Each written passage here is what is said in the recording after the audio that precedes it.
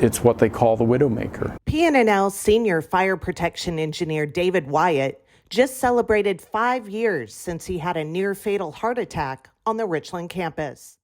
Had I not been in a place to get such prompt and excellent care, we wouldn't be having this conversation.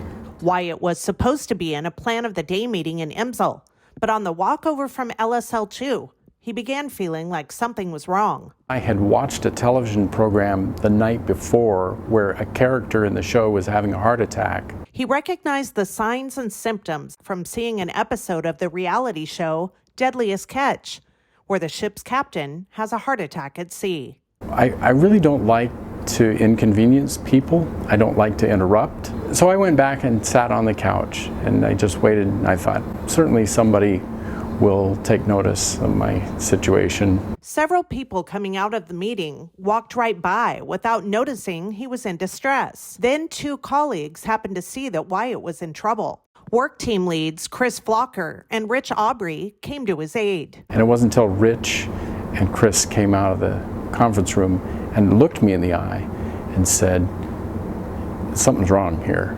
We need to get you some help. Dave was sitting on this couch and he didn't look good. He was pretty pale, kind of hunched over, looked like he was laboring to breathe a little bit. Wyatt was reluctant to have Aubrey call for help, but Aubrey persisted. I just said, I think it's better to call and not need him than have you die here. You know, immediately your mind goes to, I don't even know if he's going to live. One of Wyatt's arteries was fully blocked. Doctors in Cadlec's cath lab placed a stent, which meant he was out of danger. And I was out of surgery in less than 45 minutes from the original 911 call. Michael Van Beek was the driver of the ambulance that raced towards Wyatt that day. Well, I will always remember this just because I knew David.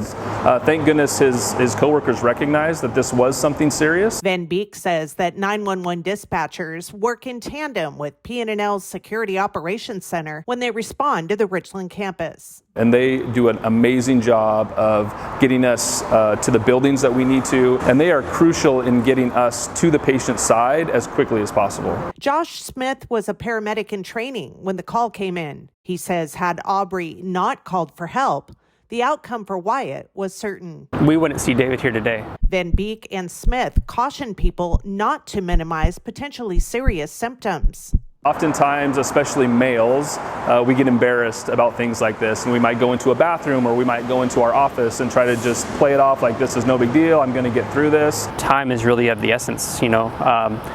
Every minute goes by, you lack oxygen to your heart muscle, that muscle dies, we can't get it back. The care Wyatt's colleagues showed to him was the key to his survival and his successful recovery. It demonstrates the we culture of PNNL. It takes a system to save a life. It takes the patient to recognize that something's off today. It takes somebody else to maybe even prompt them, hey, you don't look good, you know, what's going on? And then it takes them to not be scared to activate that 911 system. And that day, everything was perfect. We're around each other more often than we're around our family. And just like with your family, we should be watching out for each other. Wyatt's wife, Paige, says her family is still together because of PNNL's culture of caring. Now I see and genuinely know what this culture is. Knew it had strength, didn't realize how genuine it was. PNNL saved my husband's life. You can't ask for a better place in the world to be in from a safety standpoint. And I hope I never have another heart attack, but if I do, this is the place to do it. So don't be afraid to reach out to people. Get your nose into their business. It might save their life.